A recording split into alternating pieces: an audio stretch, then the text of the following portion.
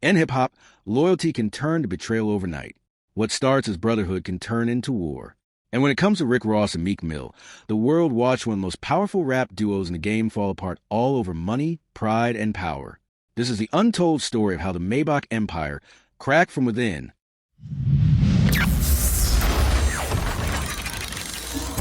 It all started in 2011. Rick Ross, the self-proclaimed boss, had already built a solid empire under Maybach music group MMG. He had Whale, Gunplay, Stally, but he needed someone who could bring the streets.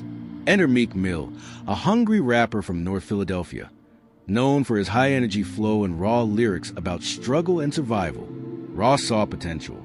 He signed Meek to MMG, and the chemistry was instant. Together, they dropped classics like I'm a Boss, Tupac Back, Bag of Money.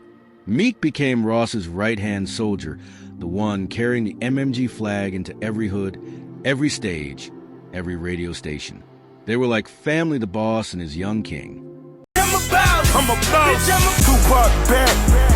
As the years went by, the fame got bigger, but so did the business. By 2017, Meek was growing fast. He started questioning his deals, his royalties, and his contracts. He was watching other artists own their masters and wondered if he was getting what he truly deserved. That's when things started to change. Meek began posting cryptic tweets like, I don't get paid from rap, anymore I need lawyers ASAP. He never mentioned names, but fans instantly pointed fingers at Rick Ross and MMG. Behind closed doors, Meek reportedly won out of his deal. He felt Ross wasn't being transparent about the money, especially when it came to touring, streaming, and feature revenue. On the other hand, Ross felt disrespected. He had put Meek on, invested millions, and felt the young rapper had forgotten where he came from.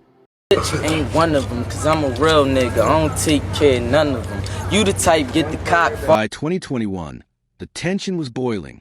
At Meek Mill's expensive paying album release party in New York, Ross showed up expecting to celebrate, but according to reports, Meek didn't let him in. Security at the door told Ross it wasn't the right time. For the first time ever, fans realized the brotherhood had officially collapsed.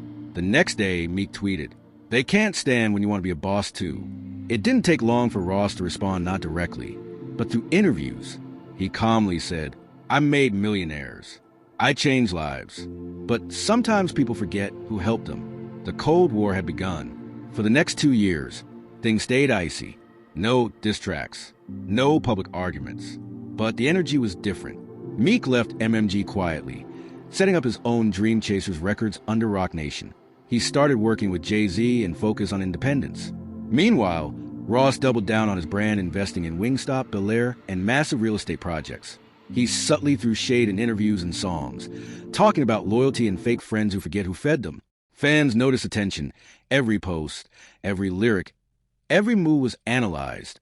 The Rick Ross and Meek Mill story isn't just about rap, it's about business and betrayal. It's what happens when friendship collides with fame. Ross felt he'd built a star.